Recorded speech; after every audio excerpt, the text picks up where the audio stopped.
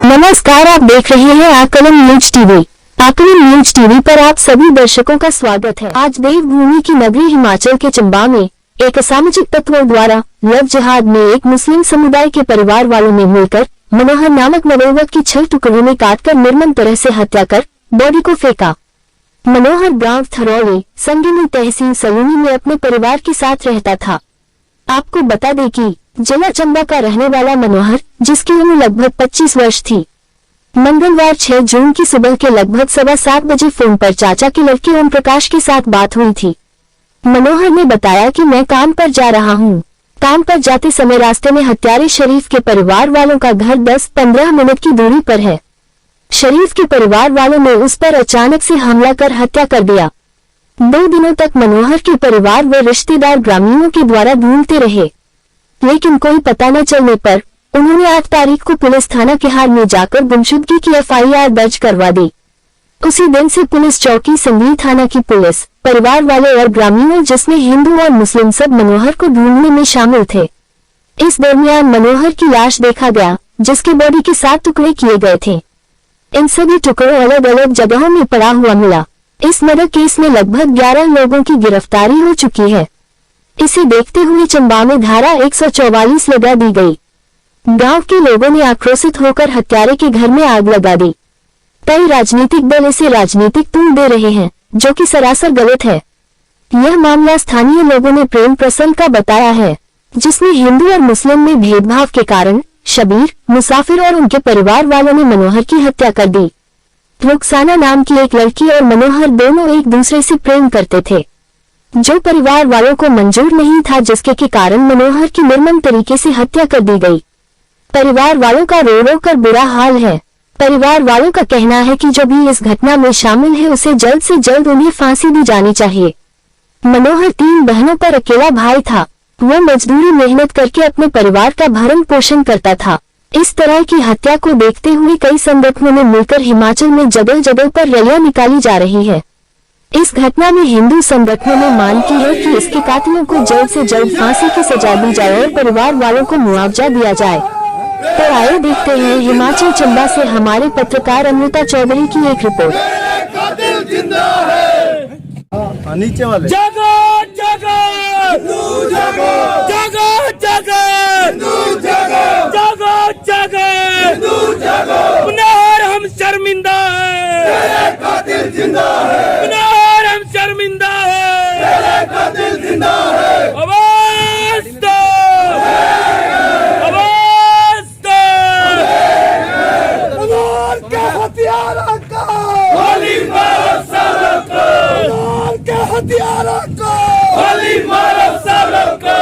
भूमि क्षत्रिय संगठन सोन मोर्चा जिंदाबाद जिंदाबाद जिंदाबाद। भूमि क्षत्रिय संगठन सोन मोर्चा जिंदाबाद जिंदाबाद जिंदाबाद। जय भवानी जय भवानी जय भवानी जय भवानी। क्रिमिनल्स सर, हम प्यार से बोले, हमें जाएंगे, हमें अपने भाई से मिलना है, शांति पूर्वक जाएंगे।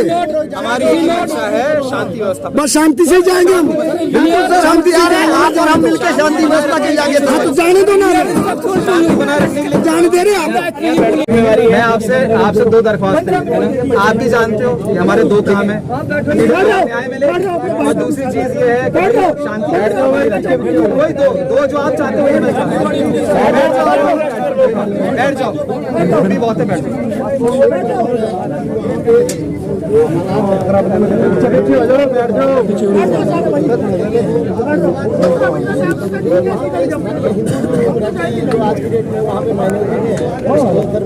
अमाउंट में हमने पुलिस पर्सन लगाएंगे। हमारी कोशिश यही है कुछ भी दुर्घटना ना हो, कुछ भी कोई उसके अलावा भी हमारी बॉर्डर पे भी पोस्ट है। हमारी कोशिश यही रहती है कि समाज आप बैठ जाओ, 15 मिनट का समय है, बैठ जाओ, कोई बात नहीं, आप बैठ जाओ।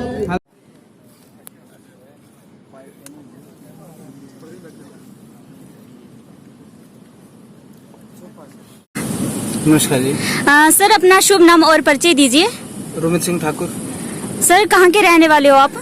कुनिहार, जिला सोलन।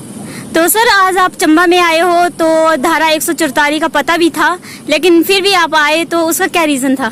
जी देखिए, हमारे आने का मुख्य कारण ये था, जिस प्रकार से यहाँ पर मनोहर हत्याकांड हुआ है और एक निर्मम हत्या हुई, धारा 144 यहाँ पर लगी है। वो चीज पूरे हिमाचल प्रदेश को पता है कि धारा 144 लगी है, लेकिन किन परिस्थितियों में लगी है उस बात से भी सारे के सारे लोग वाकिफ है। यहाँ पर आकर हमें बहुत सारी नई जो यहाँ की परिस्थितियां हैं, उन परिस्थितियों के बारे में हम लोगों को जानकारी प्राप्त हुई, चाहे पुलिस प्रशासन के माध्यम से जानकारी हम लोगों को प्राप्त हुई, और हम लोगों ने यहाँ पर ये बात हम लोगों ने कही है कि हम लोग धारा 144 को तोड़कर आगे जाएंगे। लेकिन उसके साथ जिस प्रकार से पुलिस प्रशासन से हमारी बात हुई, पुलिस अधीक्षक साहब से हमारी बात हुई कि जहाँ पर जो सवाल, जो प्रश्न हमारे सारे के सारे लोगों के थे, हमारे खुद के जो प्रश्न थे, वो सारे के सारे प्रश्न जब हमने पुलिस अधीक्षक साहब के सामने रखे हैं, तो विशेष तौर पर अभी चार्जशीट ही दाखिल नहीं हुई है, चार्जशीट ही अभी नहीं बनी है। तो पुलिस अधीक्षक साहब का भी कहना था कि जब तक चार्जशीट नहीं बनती है तब तक हम किसी भी बात के बारे में अभी हम लोग बात नहीं कर सकते और ना ही कोई स्टेटमेंट दे सकते हैं। तो हमने भी इस बात को समझा है, क्योंकि बहुत सारे चीजों को लेकर, चाहे संगठनात्मक हम लोग कई गतिविधियों में शामिल रहते हैं, तो इस चीज को, इस परिस्थिति को समझते हुए कि जब तक चार्जशीट दाखिल नहीं होती और पुलिस इन्वेस्टिगेशन जो टीम है, जो SIT बनी है, वो SIT क्या चार्जशीट बनाती है और उसको कोर्ट में किस तरीके से दाखिल करती है, तो उस चीज का इंतजार हम लोगों को भी रहेगा कि उस चार्जशीट में ये लोग क्या जो पूरा का पूरा हिस्ट्री है वो क्या हिस्ट्री उसमें डालते हैं। नहीं, हमें कोई इजाजत नहीं दी जा रही थी आगे जाने की। हम लोगों ने कहा था कि हम लोग इसको तोड़कर आगे जाएंगे, लेकिन जहां पर बात यह है कि लॉ एंड ऑर्डर की भी बात है, और दूसरी बात है कि दूसरी तरफ जो पुलिस जो प्रशासन के लोग थे, तो जब हमारी बात पूरे के पूरे इस केस को लेकर हुई है कि चार्जशीट जब तक नहीं बनती है, और दूसरी बात यह है कि अगर हमारे जाने से वहां पर माहौल खराब होता है, और माहौल खराब होता है क्योंकि हम उस परिवार की सांत्वना के लिए हम लोग आए हैं, किसी प्रकार का माहौल खराब करने के लिए हम लोग नहीं आए, पुलिस प्रशासन के साथ भी हम लोग भिड़ने के लिए नहीं आए, हम लोग उस परिवार से मिलने के लिए हम लोग यहाँ पर आए थे। यहाँ पर धारा 144 लगाई है, कभी धारा 144 हटती है। हमने पुलिस अधीक्षक साहब से भी ये बात कही है कि आप जल्दी से जल्दी इस धारा 144 को हटाएं, ताकि हमारे जो लोग हैं, जो उस परिवार से मिलना चाहते हैं, अपनी सांत्वना देना चाहते हैं, वो उस परिवार से मिल सकें और उस परिवार को अपनी सांत्वना दे सकें। तो जहां पर बात पुलिस अधीक्षक की, पुलिस प्रणाली की है, तो हमने, हमारे जो सवाल थे वो हमने पुलिस प्रशासन को हमने बोले हैं, और हमें विश्वास है कि जैसे ही चार्जशीट SIT दाखिल करती है उसके ऊपर एक्शन होगा, जो भी होगा। क्या आप मनोहर के परिवार की आर्थिक सहायता करेंगे? जी बिल्कुल करेंगे, और हमने, हमारे बहुत सारे लोगों ने की भी है, और इसके साथ साथ हमने अपने संगठन को, या संगठन के माध्यम से हमारे जितने भी लोग यहाँ पर उपस्थित हैं, स्थानीय लोग यहाँ पर उपस्थित हैं, उनके माध्यम से भी हम लोगों से ये निवेदन करेंगे कि जो भी आर्थिक तौर पर इसमें मदद कर पाए उस मनोहर के परिवार की, वो उस परिवार की आर्थिक तौर पर मदद करे, जो भी अपनी सहूलियत के अनुसार हो। धन्यवाद सर। बहुत बहुत हुई है, उसके साथ हुआ था, पहले काटा गया है, वो भी इन्होंने मारा था। ये जो बंदे मत बनाइए, इन्होंने मारा था उनको भी। ये भी आपके ध्यान में लाना, ठीक है। कांड जब हुआ था, ये भी इन्होंने मारा। आज की बात है, नई धमकी मिली है। और इसके बाद स्कूल टीचर की कपड़े फाड़ दिए थे, बट ITI वाले ने कुछ नहीं हुआ। यहाँ माता की जागो जागो हिंदू, जागो जागो हिंदू।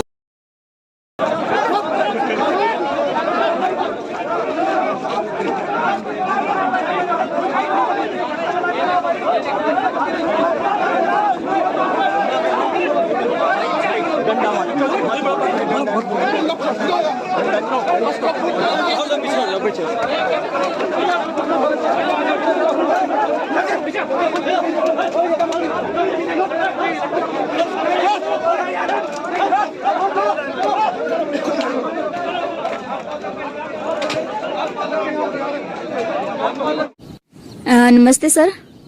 नमस्ते सर जी, अपना नाम ते कन्ने ग्रां दा नाम दस्सियो, कुण है? जमारी मेरा नाम। अच्छा, ग्रां कुण दिया? थरोली। अच्छा, मनोहर लाल दे के लगदे तुसी? ताऊ जी, ताऊ लगदा। अच्छा, मनोहर दे बारे च कुछ जानदे तुसी? हाँ जी। हाँ जी, दसो। वो थल्ले नीचे से आया ना। हाँ जी। ता मनोहर खिचड़ी दिखी में घोड़े। अच्छा। वो शरीफ दे घर में। हाँ जी। थरोली। नमस्कार सर। नमस्कार जी। सर, अपना शुभ नाम और परिचय दीजिए। मेरा नाम जीतू है जी, गाँव जिसो है। सर, मनोहर के क्या लगते थे आप? बड़े ताऊ है। तो सर, मनोहर के बारे में कुछ बताइए। मनोहर जी बहुत अच्छा लड़का था। तो उसका जो प्रेम प्रसंग चला हुआ था, कहाँ तक सही है? ये क्या पता जी, हम माँ प्यो, हमारे को क्या पता जी। पर हमें उम्मीद है ये झूठी कहावत है। तो सर आप क्या चाहते हो कि दोषियों को क्या सजा मिलनी चाहिए? उनको फांसी होनी चाहिए, इसमें निर्दोष बच्चे को मार दिया। धन्यवाद सर। मेरा नाम राजेंद्र है, मैं जसों का रहने वाला हूँ। क्या आप मनोहर को जानते थे? जी मैम, मैं मनोहर को जानता था। वो मेरा भाई था, मेरे चाचे का लड़का था और उसके घर जो है मेरे घर से 1 किलोमीटर के अंदर ही पड़ते हैं, 1 किलोमीटर से दूर नहीं है। आपको कैसे शक पड़ा कि आपके भाई को शब्बीर व उसके परिवार वालों ने मारा है? जी, तो वो जब हमारी अधवारी है ऊपर, तो अधवारी से वो अपनी खच्चरों को लेके यहाँ हमारे घर में आ रहा था पत्थर ढोने के लिए।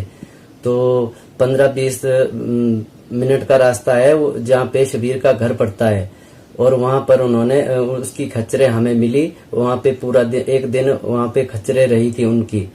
तो जब खच्चरों को हमने वहीं उनके घर के आसपास, शबीर के घर के आसपास पाया, तो हमें शक हो गया कि उसकी खच्चरें यहाँ पर है, तो वो यहीं से गायब हुआ है।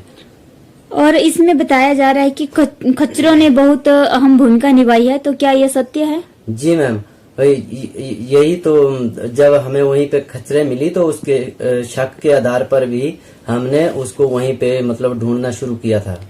क्या आपके साथ हिंदू मुस्लिम लोगों ने ढूंढने में मदद की है? जी हाँ मैम, ये तो सच बात है कि जब हम उसको ढूंढ रहे थे तो कम से कम अगर 40 बंदे हमारे हिंदू भाई थे तो 40 बंदे ही हमारे साथ मुस्लिम लोग भी थे, और रात दिन उन्होंने कड़ी मेहनत के साथ उन्होंने हमें उसकी खोज करने में सहायता की है। अब तक इन्वेस्टिगेशन में क्या क्या सबूत मिले हैं?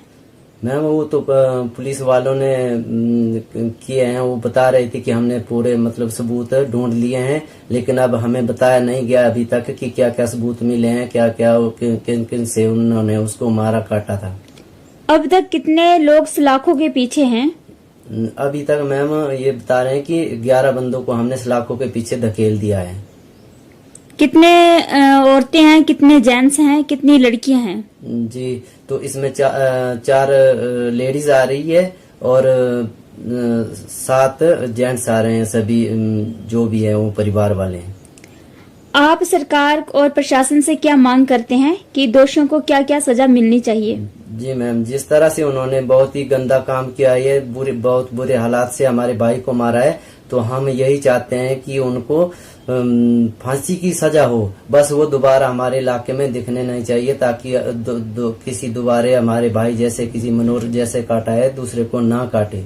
जो उन्होंने 7 टुकड़े करके उसको नाले में फेंक दिया था, तो हम यही चाहते हैं कि जो दोषी है उनको कड़ी से कड़ी सजा मिले।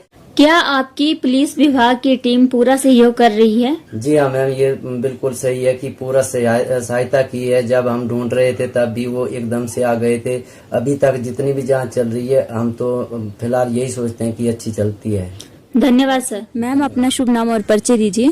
मेरा नाम जी बबली, घर मेरे जशो अधवार भेजती।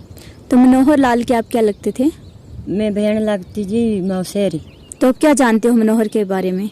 जी ब्याह गई तैया मुँह को ना चाह पीती, मुँह जो बोल दीदी हम घरे तो चला, बोला हम घर ढूंढना चला घरे, तेनी मुझे यहाँ बोलो फिर मी हैरा से क्या उंडे गाना हाथ छातरी थी, पेठी पीठू बैग थी, फिर घरे चली गया से क्या। फिर बुधवार जो शाम जो मौसेरा फोन आ गया 4 बजे, मंगलवार जो मनोहर गया इतने खाना भागा 7 बजे, टाइम है रमी 7 बजे गया उंडे भाग। दूसरे दिन बेरिया फोन मौसेरा 4 बजे संजा बुधवार जो, बोले बबलिया मनोहर को तना मी बोलो मौसा घरे न आऊरा, घरे मनोहर को जोरा थे नहीं से मौसा मेरा इब्बरे चलिया। तो अपना मनोहर रे घोड़े बोन थी बकरवाई ते यादवारी का ना शरीफ फेरी ते मनोहर आथे नहीं भी तैया इतने छो मौसा थाले चली गया, पूछे आथे नहीं भी 2 रोज आई भी चली गई। तो अपना मनोहर ने मिला मेरे, मनोहर मिला नाला में 10 बोरा डेड बाउडी तसर 7 टुकड़े करे उतरी बोरू में छपाऊरा। तो आप दोषियों के खिलाफ सरकार से क्या मांग करते हो? हम बोले रहे और ने सीधी दोषियों फांसी दो मनोहर रे बारे ना फांसी दो। कोई ऐसी गाल नहीं थी, बड़ा अच्छा थे ऐसे क्या बड़ा खरा थे, 20 साल मुँह बीतते हो गया और थी मैं से कोई नहीं बुझ सारे से ही मिल रहे न सारे से ही खा रहा सब कुछ बढ़िया। तो क्या मनोहर के ऊपर आरोप लग रहे हैं कि उनका प्रेम प्रसंग चल रहा था, क्या ये सत्य है? नहीं जी झूठ नो से घोड़े ले अपने घर से चलो रहा चाचू रे घोड़ ढोना। तो मैम जैसे मनोहर का जब मर्डर हुआ तो उनकी खच्चरों ने उनका पूरा सहयोग किया, क्या ये बात सत्य है? सच नहीं जी दौड़ी दौड़ी शाना बुढ़ थी गानी शाना बुढ़ थी गानी बस तेरे ही जो बाखे मकान ना ते थी भूनी से कई 10 बजे दुआ रोजे भरे भरे चलिए से कई खच्चरी पर मैं सोची से क्या घर है ना मैं भी माँ उससे जो फोन नहीं किया मैं सोची घर चली गया और ना कि रिश्तेदार है चली गया और ना फिर दुआ रोज बुधवार जो थे माँ से मुझे फोन किया तो फिर तो तोपा पर नहीं मेरा मनोहर। धन्यवाद मैम।